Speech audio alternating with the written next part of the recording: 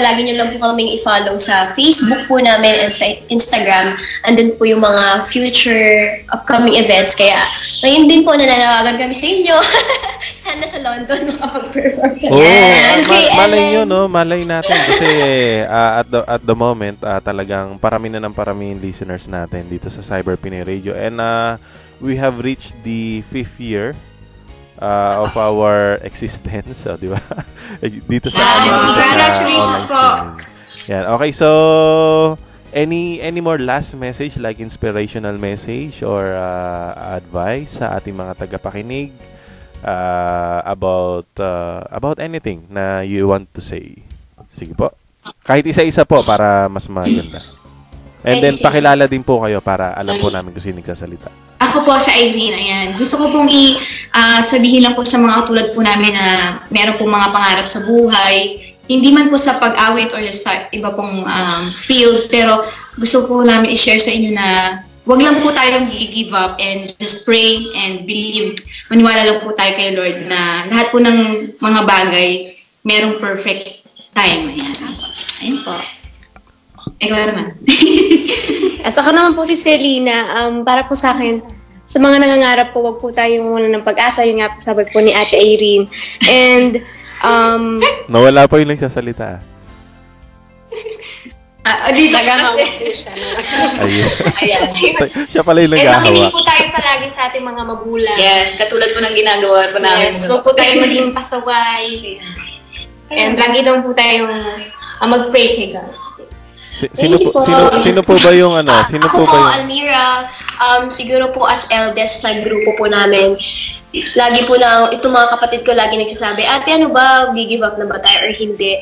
Ngayon po mas na-realize namin na yung trust namin kay Lord, binigay na po namin yung lahat ng parang plano sa Kanya kasi alam po namin yung plano niya mas best pa sa kung ano pinapangarap namin, pinaplano namin. And naniniwala po kami na mas importante yung love mo yung ginagawa mo kasi ang hahabol naman sa'yo pag love mo yung ginagawa mo is yung parang babalik po yun sa'yo, parang gano'n.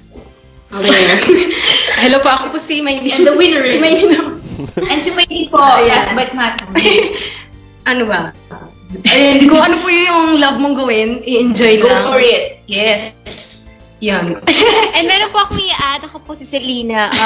Wag po muna tayong mag-boyfriend. O Ano tayo yun? So, mag-aral po muna tayo. Mag-madre tayo. Mag-career. so in short, Yun lang po. in short po, sa mga listeners po natin, in short, alam na nila agad na single kayo lahat. Yes po. Ayan. And actually, I agree, no? Kasi, ano ba maganda unahin? Pamilya o yung career? Di ba? Siguro mas maganda maging established ka muna sa buhay, di ba? Yes, Bago ka magpamilya. Hindi yung magpapamilya ka, tsaka ka magtatrabaho ng kayod ng kayod. Mahirap naman yun. Tama po kayo dyan. Another thumbs up na naman kayo sa mga listeners. Thank you po. Yan, okay. So, maraming salamat po. Binabati po yung classmate ko, si Cheka Lueng. Nakikinig po sila. Nakikinig sila ngayon. Maaga ngayon sa Pilipinas ba yan o dito? Opo, sa Philippines po. Nagising talaga sila.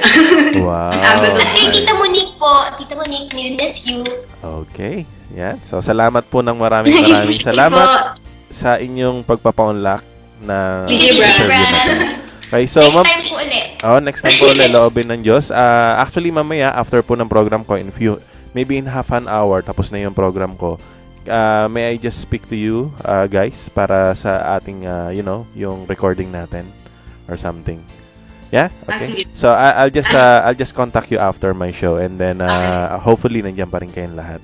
Okay? So, maraming salamat po on behalf of Cyber Pinoy Radio. On behalf of my co-DJs na sila DJ Drix, sila DJ Bless, ang ating mga station manager at owner ng ating Cyber Pinoy Radio at ang iba pang mga kasama po nating Cyber Pinoy DJs. Maraming salamat po, Gulayan Sisters. Thank you po. God bless. So, follow niyo po ako Instagram, Almira Gulayan.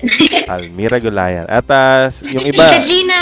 Yung iba ganun din, no? Almira Gulayan, Maylin Gulayan, tapos Irene Gulayan. Irene Gulayan and Selena Gulayan. Yes. Okay, we'll take note of that.